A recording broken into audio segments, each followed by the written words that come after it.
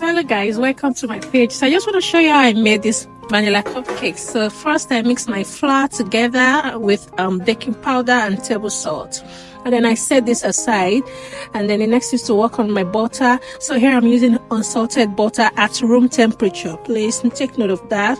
And then I try to cut it so it will be easy for me to mix. Please, if you are using salted butter or the regular margarine, please remember to omit the table salt that I added to the flour earlier.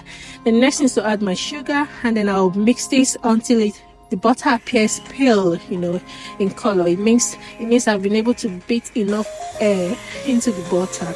Then after this, I'll be adding my eggs, and then I remember to scrape the sides of the bowl because I want uniform mixture, and then I'll add my eggs one at a time. For this recipe, I'm using 4 medium-sized eggs, so I'm adding them one at a time, and then I'll beat this properly, mix it properly.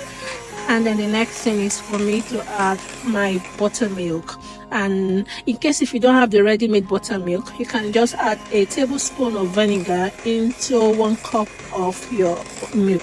Then you allow it to set aside for about 30 minutes.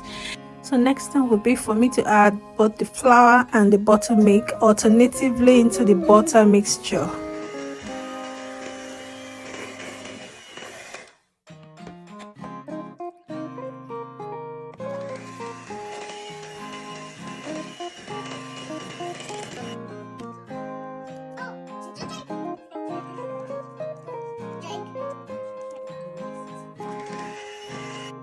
Now my batter is ready, and I'll be putting them in the cupcake paper. So that's my cupcake pans, and I've lined it with my cupcake papers. And with my ice cream scoop, I'm able to put a portion of it in each of the cupcake liner. So I try not to overfill this cupcake liner.